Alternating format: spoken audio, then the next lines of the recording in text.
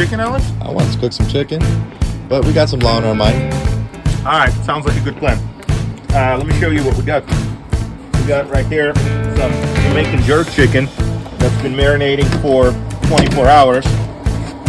Yes, sir. It's a recipe I got from a dude in Jamaica, Mr. Biggs. Mr. Biggs is a really cool guy.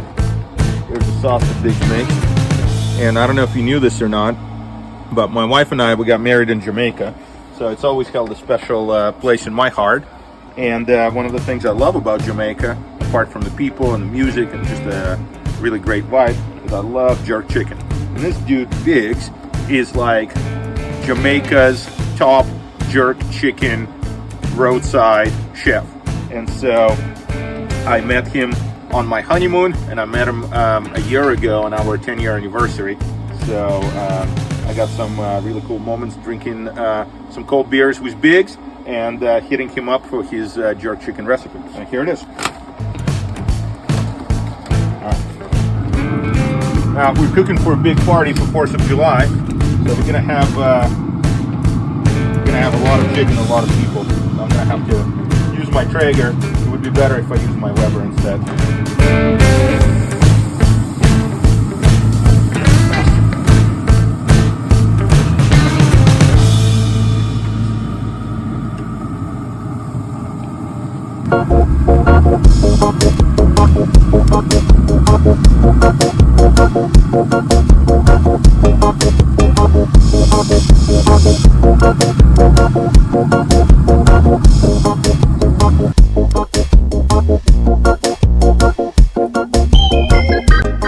Hello everybody, happy 4th of July from William Pernik. Alexander Martin. Alex and I are hanging out with our families here at the cabin in Stanislaus National Forest, cooking up some chicken for 4th of July. And of course, since we had nothing better to do than to record a video for all of you guys, we decided to shoot something special. Is that right, Alex? I'll throw some law in there and some chicken. Okay, here you go. So this is going to be our first version of the podcast talking about chicken and the law, apparently. Right. But not lawyers as chicken. No, just chicken and the law. Just the chicken and the law. And how to not chicken out when called upon and required to be a real lawyer in court. Is that right? That's the most important part. And in the process, we'll also show you a really great recipe for how to make some Jamaican jerk chicken. The jerk does come out. Today is obviously a holiday. We got the rest of the weekend in front of us, but come Monday, you and I are going to be getting some calls. A lot of calls, probably a lot of scenarios of things that happened this 4th of July. Maybe some people took things a little too far and didn't necessarily follow the rules, but which rules did they not follow? Well, I'm thinking about what kind of calls I'm going to get come Monday, and I'm thinking naturally we're going to get some calls for probably folks getting a little over exuberant, maybe some arguments inside the house, unfortunately with the family. Always sad to see that, because you and I know, love our families very much. Right. We try to fix people and their problems when they come to us with domestic violence cases and other types of cases affecting family life. But I was thinking we're going to see some retail crimes, some retail theft, probably some ESTES robberies. ESTES robberies are a tough one because it does kind of change things. Yeah, it's an unusual crime in California, and a lot of people don't know this, but California has this special subset of robberies. Alex and I were chatting with our significant others before we started cooking this chicken over here, and It's looking pretty good. it is looking good. It's looking good. I agree with that. It's not burnt. It has character. It's gonna be time to flip it in just a moment. But so Alex and I were talking to our significant others, and we were explaining that California has this unusual type of robbery, where even if you do not directly use force or fear in order to obtain somebody's property, you could nonetheless be prosecuted for robbery if you prevent the owner of the property from defending it or make an attempt to reclaim it. And we'll explain in detail. We're going to give you a good example of what a classic robbery is. Imagine right here we have a thermopan, by the way, an excellent grilling thermometer. And let's Look down the link below. We might put that. Maybe I'll get a free one since this one's been laying in the sun and is giving me an error message. It's coming back. Finally working. All right. It's coming back. and I'm going to put it in my pocket for the purpose of this illustration and also to keep it away from heat. Sure. So, okay, so we'll give you an example of what a classic robbery is and how it differs from theft. So let's say, hypothetically speaking, this $150 digital thermometer is laying right here behind me, and Alex, my good friend, while I'm not looking and enjoying this beer, decided to steal it. At this point, Alex has taken possession of the thermometer with intent to permanently deprive me of my ownership interest, meaning intent to steal it. Has he committed a robbery? Alex, come back into the frame. Have you committed a robbery at this point? He never saw me do it. Never knew it was happening. I have not committed a robbery. Have you used any force or fear? Nope. He took it without me knowing, did not use any force or fear, therefore it's just a theft. Alex, if prosecuted for theft of this thermometer, is looking at a misdemeanor with 6 months maximum. Most likely he's going to get some form of community service and potentially even diversion. But let's imagine a slightly different scenario. I'm going to take this wonderful grilling thermometer, digital thermometer, I'm going to put it in my back pocket. I'm doing it mostly for the purposes of this illustration, but also because the thermometer is getting hot in the sun and I don't want it to go bad before it's time to check the chicken. Now Alex is going to do something that's going to make me a little uncomfortable. I'm adjusting the thermometer. Look what he's doing. At this point, he has used force, although thankfully not a great deal of it, to physically remove this item from my possession.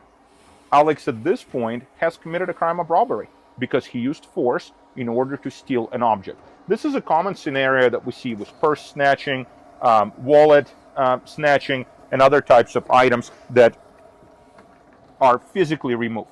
Now, he does not have to use actual force in order to acquire this thermometer. He could also threaten me. Alex, give us an example. I need the thermometer, I got a barbecue going on, and I need to get back to my family. If you don't give it to me, I'm going to punch you in the face. I guess I better give it back to him. Thank you. Okay? At this point, Alex didn't use force. He used a threat. He threatened that he would punch me. I believed that he would, and so I relinquished my interest in the thermometer, and Alex has now accomplished the crime of robbery, earning himself a potentially 5-year maximum in state prison, in California Department of Corrections, a violent strike, and an 85% requirement of serving that sentence, meaning he would have to serve 85% of that sentence in CDCR. Okay, and that's a big difference between what we saw earlier as a simple theft. But now, we're going to explain what happens in California with its unique subspecies of robberies, known as ESTES robbery. Commonly, an ESTES robbery is something that we see in commercial setting. For example, a group of kids doing a beer run. They will come into the store, they will try to grab the beers, and then they will try to run out. A security guard, a owner, or an employee is going to say, "Wait, man, what are you doing? Get back here." Hey, man, leave me alone. At this point, should I try to grab Alex, and Alex use any degree of force Hey, man, get off of me. In this example, Alex just used force in order to prevent me from retaking of the beers that he was trying to steal, and he has committed a robbery known as ESTES robbery. So if somebody is trying to reclaim possession of the property that has been stolen from them, and in the course of the owner or the agent of the owner reclaiming possession of the property is defended, that too is a robbery with exactly the same criminal exposure and same seriousness of the charge. And we see that a lot, do we not, Alex, in retail settings, right? Many retail settings because of the shopkeeper's privilege. The store owner or their employees, and many people know, and many people have heard, that there's not going to be something that happens. Nobody's going to chase you, or they're not allowed to chase you. That doesn't matter. That aside, at the end of the day, if you're at a retail store, or someone's at a retail store, and they're leaving with merchandise, and they're being stopped or told to stop by one of the retailers, and there's some type of struggle, as we described, that may now have risen to an ESTES robbery, and that's why it's important to get an attorney that understands the law. Also important to know that it doesn't have to be a physical struggle by itself. You could also use a threat. Just like Alex in the earlier example used the threat, "Hey man, I'm going to punch you in the face." If you use a threat in order to stop the shopkeeper from reclaiming their property, you are committing the crime of robbery, even if there is never a physical touch. Even if the store doesn't have a policy as to whether or not the person can chase you, it's not something to think about. If they chase you and there's a struggle, there may be a problem. So the best thing to do, if you are ever in a position where you've made the judgment call, you obviously are committing a crime of theft, you shouldn't be doing that. But if you are caught while you're committing the crime of theft, the absolute worst thing you can do, which comes as a very natural human reaction to most people, is to fight back, to stop the person from reclaiming the property. If you do that, you're going to turn your low-level misdemeanor shoplifting into a very serious offense of second-degree burglary, and you're going to be exposing yourself to a 5-year sentence at 85% in the California Department of Corrections. You could also get into a gray area where a person believes that the property that they're taking is actually theirs. That's true. If you have a claim of right in the property, that could significantly alter things. Oh, Alex, look at the color on this chicken, man. It looks good. That does look good. Great. I think it's time to move it around a little bit. You let me know when it's time to eat it. I'm going to let you know when it's time to eat it. Deal. Let's see. Yeah. I think I'm going to poke it with our thermometer that's now resting in my pocket and see if we're ready to...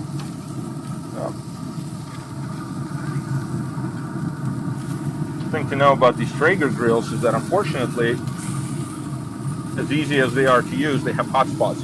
So some places cook a lot faster than others. Yeah, I got some in the back right here.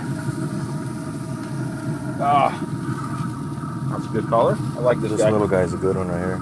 Is there another one? No, up here at the top, I'm saying. That's a good guy. This guy's got to be good. He's good because he's like, I've just been getting cooked from all the, he's like a little island. You got cooked from every angle. Every angle. Huh? Good deal, man. Oh, this is going to be delicious. I can't wait. Okay. Oh, whoa, do you see that? That's nice. All right, let's see how this guy's doing. I think it's... See, it's got a hot spot in the back, too. That's why they're getting nicely colored. Yeah, in the back. Yeah. Look at this color, right? All right. I think we're going to need a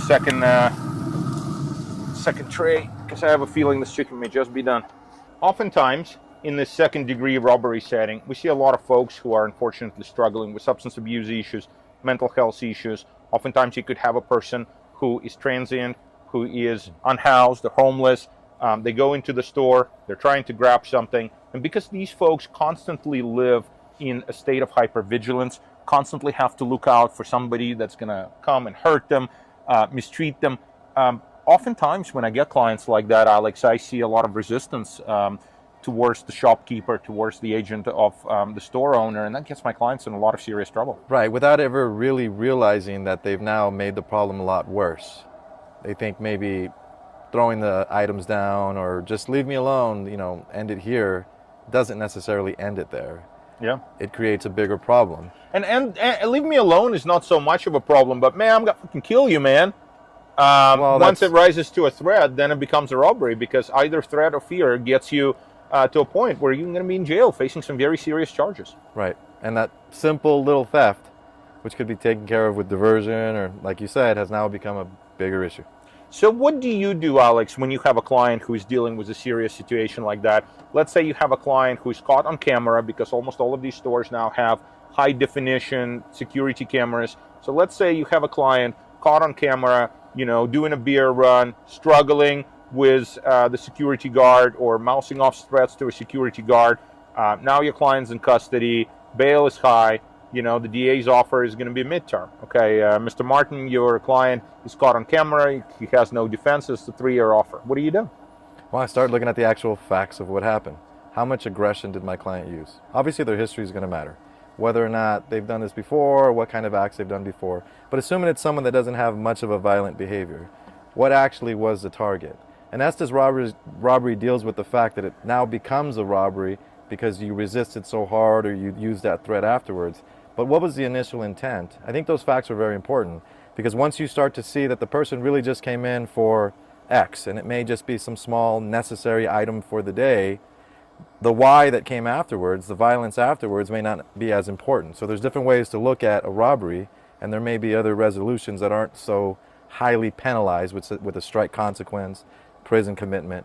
It could be some type of other charge below. So that's interesting how you're looking at it, and obviously you're trying to understand the facts. So I do something similar, but I use a slightly different approach. I know I've shared it with you on our prior recordings, but I have this approach that I have developed at the firm where basically we're using a 3-step method. where we, number one, look at the underlying reasons for our client's behavior. Number two, once we know why something happened, for example, the person was schizophrenic, voices were telling him to go and get, the gas lamp and the tire iron and the kitchen knife, whatever. Or the person is badly addicted to drugs. He was stealing in order to sell it so he could buy more drugs. Or the person is homeless, he's hungry, he is doing it for survival. So once we identify what the underlying reason is for the alleged criminal behavior, we then try to identify, well, what would be the solution that we need in order to make sure this doesn't happen. So in the case of a client who's mentally ill, obviously we want to stabilize this individual on medication. If we're dealing with somebody who's, for example, in a state of psychosis, or hearing voices, bipolar, manic, whatever the case might be. In the case of a client who is severely addicted to drugs or alcohol or both, we obviously want to make sure that we introduce some sort of treatment, some sort of sobriety. Oftentimes, the incarceration that's going to happen in the beginning might provide us with some forced sobriety and therefore some opportunity to do better, to find an inpatient program for this individual, outpatient program, things like that. If we're dealing with an individual who is unhoused, who is disconnected from their family, chances are there is a mental health issue somewhere there that caused the break, and usually it's the family members who are calling us once they realize their loved one is in jail with serious charges. And so once we identify the underlying reason for a person's behavior, once we identify what solution will treat the underlying reasons so that this problem will not reoccur again, then we engage in what I call targeted solution advocacy, where we basically incorporate that solution into our proposed resolution of the case. So the way it would look in my negotiation with the prosecutor is I would say, okay, Mr. Prosecutor, I completely understand that the store employee was really scared that our client may have punched him as he was trying to run out with these items. However, what really happened in this case is this is an individual who's suffering from underlying mental health issues. He has been off his medication. He left his home about 9 months ago. Family has completely lost touch with him. And so now that he's stable on medication, he's on antipsychotic, he's completely shocked by his behavior. We have a long-term treatment program for this individual so that if he were to go into this program, this kind of thing would not happen. This is what the program would look like. So why don't we treat the real reason for the behavior and not just its symptom? Why don't we allow this gentleman to petition, for example, for mental health diversion?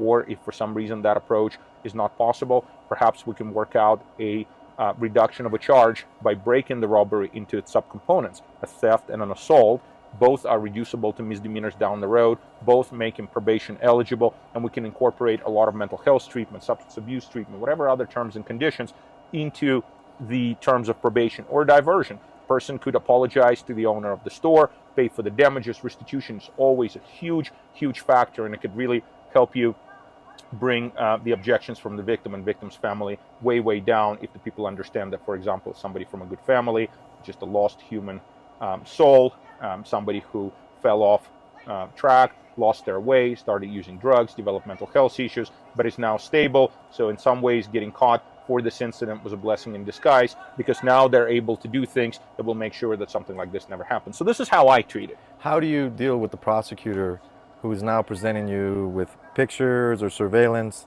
of blood or medical records indicating the damage that this victim, this shopkeeper, has now endured?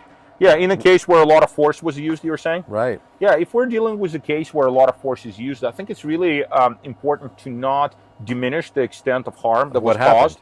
Yeah, exactly. Especially if you're dealing with a mental health case. If you're dealing with a case involving substance abuse, it doesn't really do you any good to belittle the person who was affected. I think it's super important to acknowledge the amount of harm that was done and to use that to request other alternatives. For example, long-term mental health treatment. Hey, this is something we never want to happen again.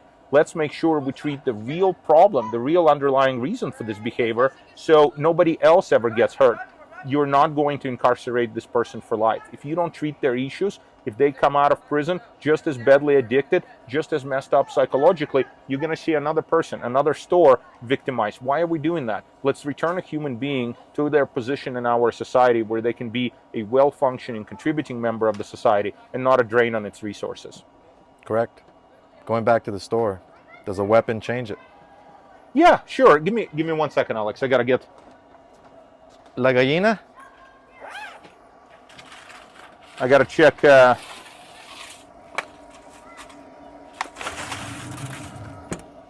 right. You throwing it back in? No, I'm not throwing it back in. I'm going to check the rest of the chicken because I have a sneaky suspicion that most of our chicken is done. So let's lift this bad boy up. I think it's time to go and join the party as soon as this thing is done cooking. This one's done. Done. You know, dude, they're all done. Do you ever look at a case and think this is a lost cause? Never. I don't believe in lost causes. You know, years ago, you and I worked together in a public defender's office in Tulare County. And I don't know if you remember, but there was a really brilliant lawyer. She wasn't always appreciated. You know, I think maybe it was just the personality differences that she had with people. But I've had tremendous respect for her. She told me when I was a young lawyer something that I think is extremely dangerous to say to a young lawyer like me. She said, William, any case can be won. Wow. And any case can be lost. And you know, Alex, I never forgot that. And so oftentimes when I'm looking at a case, I look at it kind of like a puzzle. I know that there is a right answer. I just have to find it. Is there a right answer always? Yeah. There is. I think so. Is there only one? Wait, say it again? Is there only one? No, sometimes there are multiple answers. Sometimes you have to pick between the different answers that you have and find the best ones. Sometimes you think something is the best answer. Your client might disagree. You know, that happens too. What do you do in that scenario? You try to convince your client to do the best thing for them. Based on your knowledge. Based on your knowledge and experience and what you think is absolutely the best long-term solution. And sometimes I argue with people over it. And then there comes a point where if you're, you know, at some point, if you're done, you're done, you know. Do you think emotions have any place in the law? Yes, I think regretfully what happens. Oh yeah, thanks, man. I think regretfully what happens is oftentimes we underestimate the extent to which emotions play a role in the law and in practice of law. And I think that's to our client's detriment. I think sometimes we really have to understand how different parties to the case feel. How does the victim feel? What kind of pressure is the district attorney under now that you have a bludgeon storekeeper who just went to work that day expecting Definitely. to work a 6 to 8 to 10 hour shift, and they were just going to go home and maybe barbecue, and now they had to go to the hospital and endured some bills and endured some restitution. You consider that?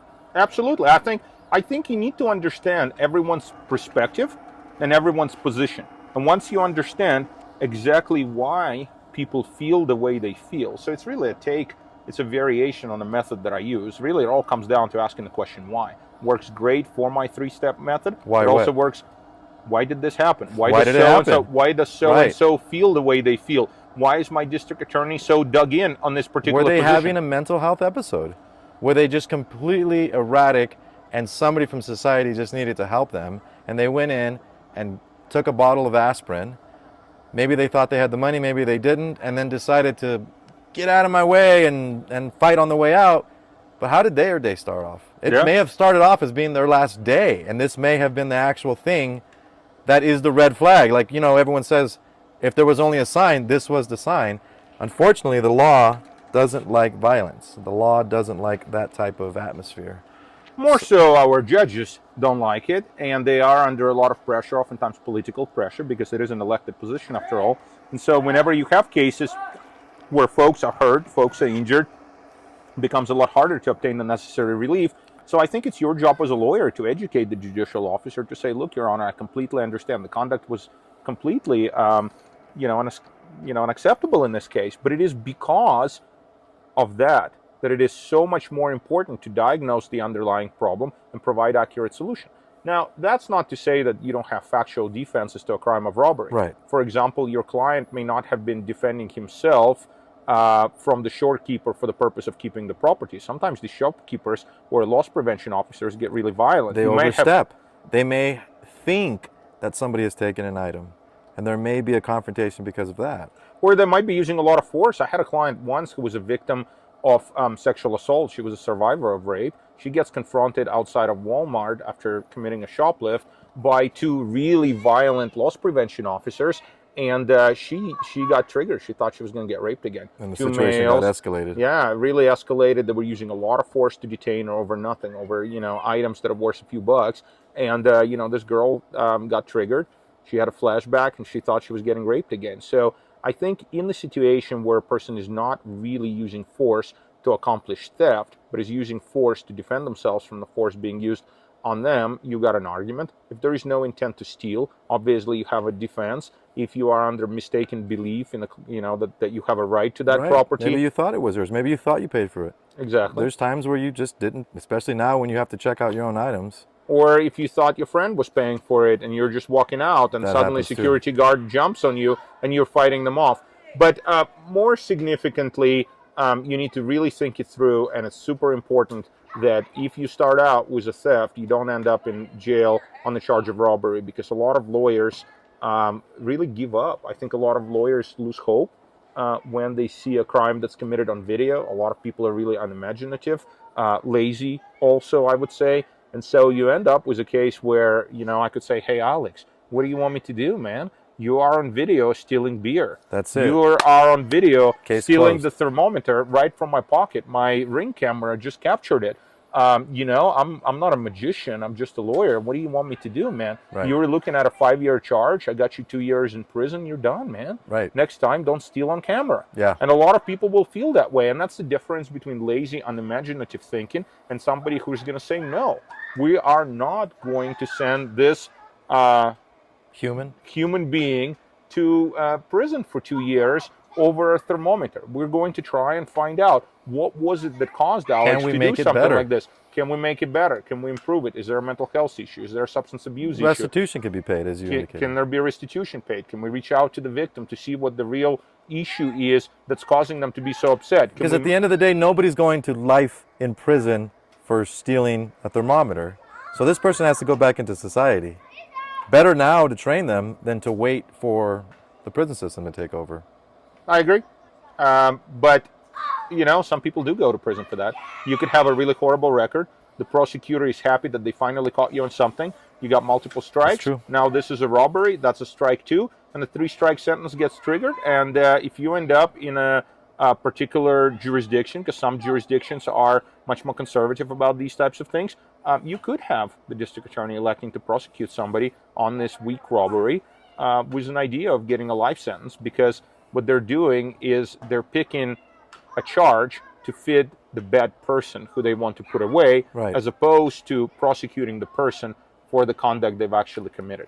With that, Alex, you and I got to bring this chicken over to the party. But to wrap up, I want to give our viewers a list of short suggestions, things that they can do in the event that they're in a situation where they're being accused of a robbery, ESTES robbery, something like that, to help them out.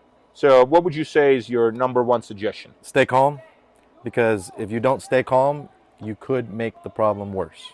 I would say number 2, do not speak to the police or the loss prevention. Never sign any papers that the loss prevention wants you to sign. They're not going to let you walk out of the store. You're already detained. You are going to be arrested for this. But if you signed something that acknowledges that you stole these items, if you sign some kind of promise to pay back, to never come back, you're going to make it easier for your attorney to prove that maybe something else took place, because now we're going to have to deal with an admission or a confession. Right. And at the end of the day, if it's something simple that can be explained away, that's something you may look into. But you have the right to just remain silent. If it's starting to get bad, let your lawyer figure it out later. Don't make the problem worse by adding information to them and spinning it their way.